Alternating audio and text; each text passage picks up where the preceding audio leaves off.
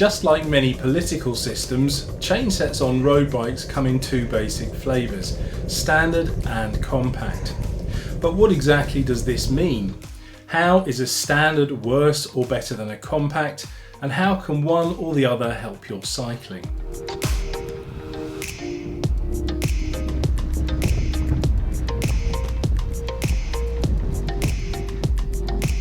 Many people, especially those new to cycling, simply buy their bikes and aren't really aware of some of the choices available to them.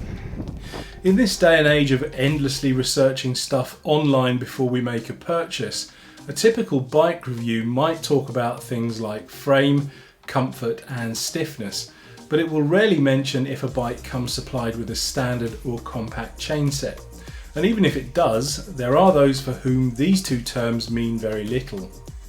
To give you some idea of how important this is, for me, being a somewhat heavier rider, this is actually one of the first things I ask.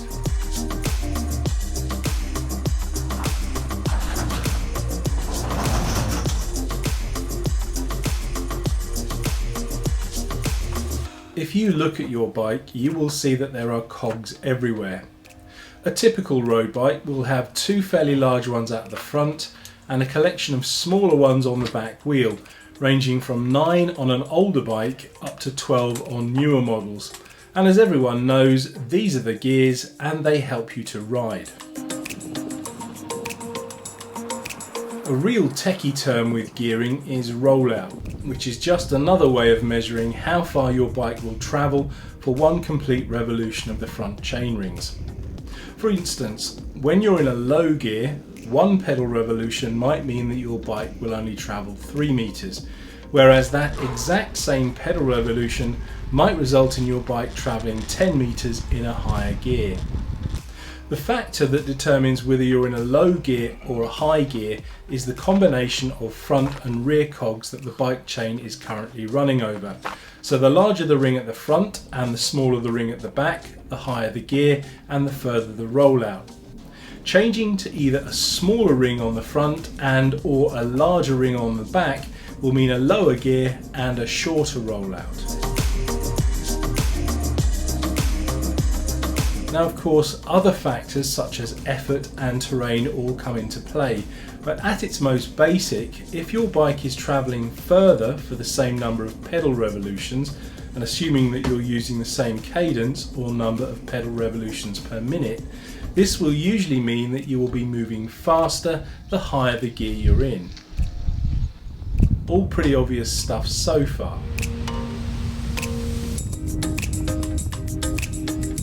So what actually is a standard or compact chainset? Well, if you look at your front chainring, it should have two numbers corresponding to the number of teeth on each of the two chainrings.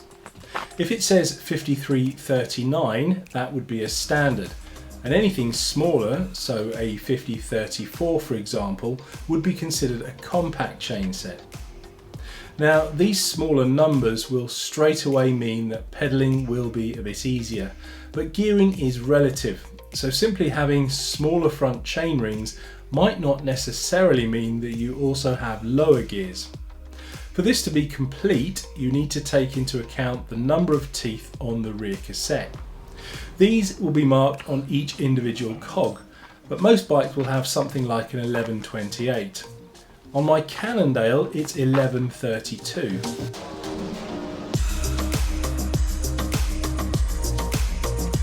Without going too deep into the mathematics of gear ratios, it's possible to use different combinations of small cogs on the back and large cogs on the front, and it will result in roughly the same rollout distance regardless of whether you have a standard or compact chainset. The real benefit of having one or the other only comes when you start to reach the limit of your gears. As I said earlier, I'm a heavier rider, and for me, climbing is always going to be much harder than for a lighter rider with similar power. Put very simply, if I was on a climb that was so steep I was forced to use my lowest gear, Having a compact chain set with its smaller chainring on the front would mean that I would be in a much lower gear than someone riding a standard chain set in their lower gear, assuming of course that their rear cassette was the same as mine.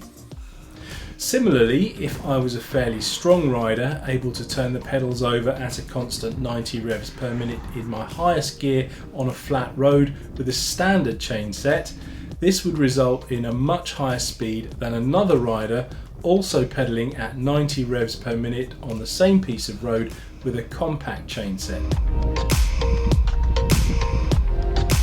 So the big question is, which one is going to be the best chain set for you? Well, you need to have a bit of a think about where your weaknesses and strengths lie. If, like me, you find climbing difficult and slow, or if you live in a particularly hilly area, I would suggest going for a compact. Alternatively, if you're fairly light or strong or a sprinter and need high speed, go for a standard. When you buy a new bike, always make a point of looking at the front chain rings to establish if it comes equipped with a standard or compact chain set. If it comes with one and you feel you need the other, an upgrade is quick and easy, and in some cases might not even affect the final purchase price of the bike. If, however, you're looking at the bikes you already have and need to change, you can simply upgrade the front chain rings, or depending on your setup, change the cassette on the rear wheel. So hopefully that is one of cycling's little mysteries cleared up. If you found this film useful, please like and share, and if you'd like to get the most out of your cycling, please consider subscribing for my regular weekly uploads. Thanks for watching.